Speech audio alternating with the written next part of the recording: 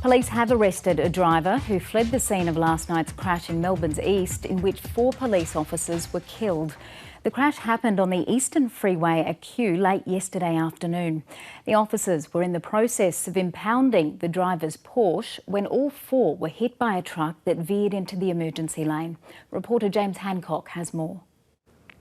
Well, the latest is that the alleged driver of that Porsche that had been pulled over by police and was later involved in the truck crash has been taken into police custody. Police earlier said that they made contact with that driver overnight. He's now being spoken to by police as they try to work out exactly what caused this crash yesterday afternoon. A tragedy that led to the single biggest loss of police lives in Victoria's history. What is known about how the accident unfolded? Well, Kirsten, this began late yesterday afternoon here on the Eastern Freeway at Kew.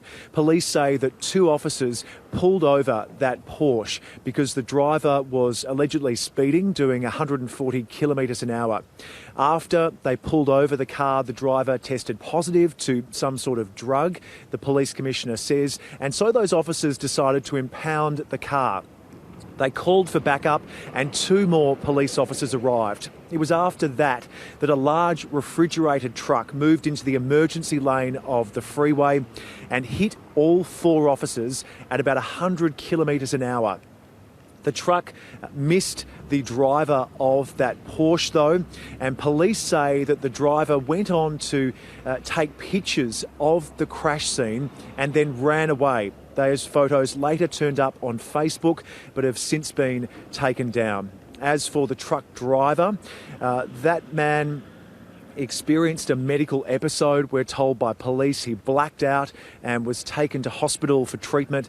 The truck driver is under police guard and officers haven't had the chance yet to question him. Let's hear now from the state's Premier, Daniel Andrews. This is a terrible tragedy, made worse, of course, by the fact that our state is dealing with many other very significant challenges at the moment. I want to thank those members of police for the work that they are doing right now.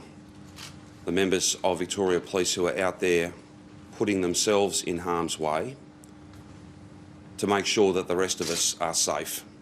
And James, what details are there of the victims of this crash? Well, we know that 2 of the officers were senior constables, 2 others were constables, a woman and 3 men. But we'll learn more about these officers later today. Police say that they're preparing to release further details about them once interstate family are notified about these deaths.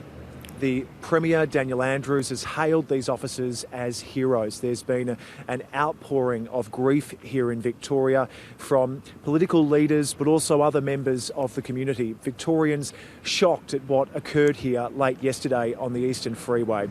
As a mark of respect, flags are being flown at half-mast at the Town Hall and also at State Parliament.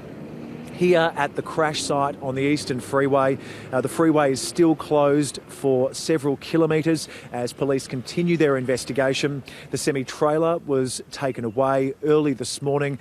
There's just a couple of police cars left on the freeway now, and it appears that the freeway is close to reopening soon. James Hancock, thank you.